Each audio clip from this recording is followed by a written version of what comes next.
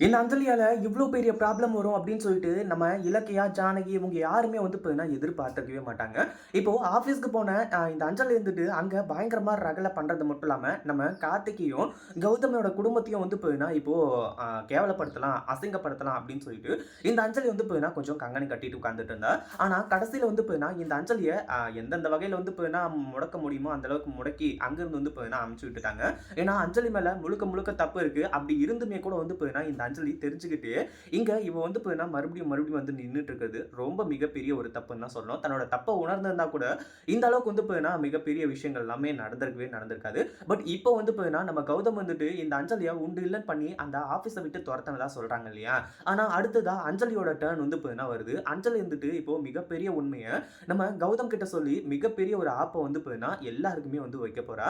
ஏன்னா அந்த ஒரு விஷயம் வந்து பார்த்தீங்கன்னா யார் யாருக்கெல்லாம் தெரியக்கூடாதுன்னு சொல்லிட்டு வந்து நெனச்சாங்களோ, அந்த அளவுக்கு எல்லாருக்குமே வந்து பார்த்தீங்கன்னா, இப்போ தெரிஞ்சு போப்போகுது. கடைசியில வந்து பார்த்தீங்கன்னா, இங்க அதாவது மிகப்பெரிய பிரச்சனைகள் எல்லாமே வந்து பார்த்தீங்கன்னா நடக்கிறதுக்கு, அந்த ஒரு விஷயமே வந்து பார்த்தீங்கன்னா, ஒரு அ அடிப்படை மாரி வந்து பார்த்தீங்கன்னா இருக்க போகுது.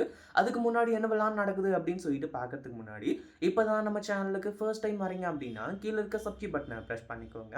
இப்போ நம்ம கௌதம் வந்துட்டு இலக்கியா கிட்ட அந்த மாரி சந்தோஷமான விஷயத்த சொல்லிட்டு இருக்கும்போது, அஞ்சலிய பத்தி சொல்லிட்டு இருக்கும்போது, இலக்கியாவும் வந்து பார்த்தீங்கன்னா, உங்ககிட்ட ஒரு விஷயத்த சொல்லணும் அப்படின்னு சொல்லிட்டு ஆரம்பிக்கிறாங்க. பட் இருந்தாலும் வந்து பார்த்தீங்கன்னா, சில பல காரணத்தால வந்து பார்த்தீங்கன்னா, சொல்ல முடியாம போயிடுது.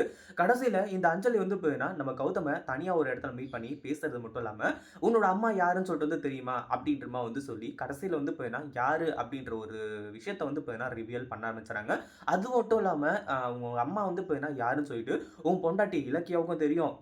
நீ வந்து பார்த்தீங்கன்னா, இப்ப அம்மா அம்மான்னு சொல்லிட்டு ஜானுன்னு சொல்லிட்டு வந்து பின்னாடியே சுத்திட்டு இருக்க. அந்த ஜானுக்கும் நல்லாவே தெரியும். அப்படின்னு சொல்லிட்டு வந்து பார்த்தீங்கன்னா சொல்ல ஆரம்பிச்சுறாங்க. அதாவது இந்த அஞ்சலி எப்படி வந்து பார்த்தீங்கன்னா இந்த விஷயம் தெரிஞ்சுச்சு அப்படின்னு பார்த்தீங்கன்னா, இவங்க 2 பேரும் கோவில்ல உட்கார்ந்து பேசிட்டு இருந்திருக்காங்க. நம்ம இலக்கியாவும், ஜானகியும் இந்த மாரி தான் வந்து பார்த்தீங்கன்னா, இந்த விஷயம் கௌதமுக்கு தெரியவே கூடாது. எப்பவுமே நம்ம வீட்ல வேலை செஞ்ச அந்த ரேவதி தான் வந்து பார்த்தீங்கன்னா, கௌதமோட உண்மையான அம்மான்னு சொல்லிட்டு வந்து தெரியவே கூடாது. அப்படி இப்படின்ற மாரி வந்து பார்த்தீங்கன்னா பேசிக்கிட்டு இருக்காங்க. இத கேட்டு தான் வந்து பார்த்தீங்கன்னா, ஓ! இப்படியா விஷயம். ஏற்கனவே வந்து பார்த்தீங்கன்னா, நீ வந்து ஒரு அனாதை அப்படின்றத நான் தான் வந்து எக்ஸ்ப்ளோர் பண்ணேன். அதாவது எல்லாருக்குமே வந்து பார்த்தீங்கன்னா சொன்னேன். இப்போ வந்து பார்த்தீங்கன்னா, நீ வந்து யாருன்னு சொல்லிட்டு வந்து தெரிஞ்சு போச்சு.